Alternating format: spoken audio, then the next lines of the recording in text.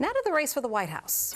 Both Vice President Harris and former President Trump are going to be campaigning in key battleground states today. This as Trump says he has agreed to the ABC News debate against Harris. Yeah, let's bring in ABC's Rachel Bade. And Rachel, what do we know about the terms of this debate?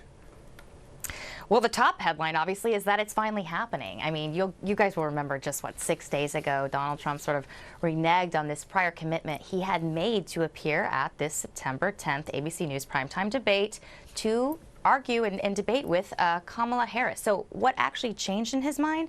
I'm told from people close to him that Trump has sort of been watching all the energy and enthusiasm Harris is getting on the campaign trail, and he's turning a little green. He's a little jealous.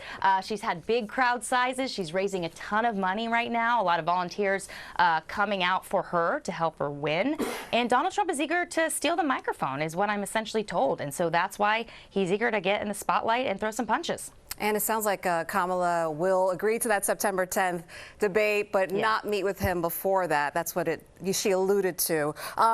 Let's ask you this. We know Harris is going to be in Arizona today, and then we know Trump is going to be in Montana. So what can we expect to hear from each candidate? We know Trump had been laying low for a bit. So what can we, expect?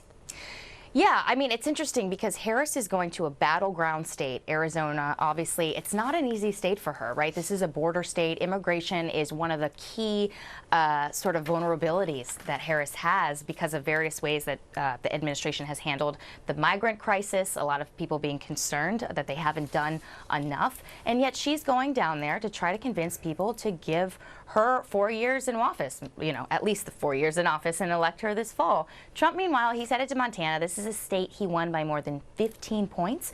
He's going to win Montana. Nobody expects otherwise. So why is he there? He's there to help Senate Republicans actually pick up a Senate seat. There is an expectation that Montana is one of the most sort of toss-up battleground states for Democrats right now. They have John Tester as a Democrat who holds that seat. They think they can beat him, and that's why Trump's there. That's very interesting because he has his own race that, maybe he should be focusing on, but it does make sense that he wants to, help the Senate grow their turn red at least. So the campaign going forward, it did take a major shift from focusing on President Biden to now having to focus on Kamala Harris and Tim Walz.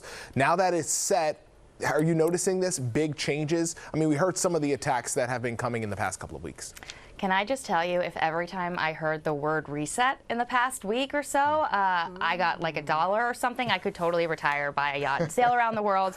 Republicans are totally desperate for Trump to reset right now. They want him to talk about policy. They note that Kamala Harris supported a number of very controversial positions in 2020 when she was running for the White House, things like Medicare for all and banning fracking, which she has now sort of reneged on and says she doesn't support anymore. But look, Republicans want him to hit her on policy, things they think will resonate with voters. They haven't seen it yet. And they're sort of griping behind the scenes that he has been off message. If you look at the Wall Street Journal, very conservative editorial board today, they wrote, "Will Trump blow another election?" And once again, just laying out all the ways in which he's sort of making these personal attacks that they don't think are going to help him. And they're just begging him to reset and focus on policy, guys.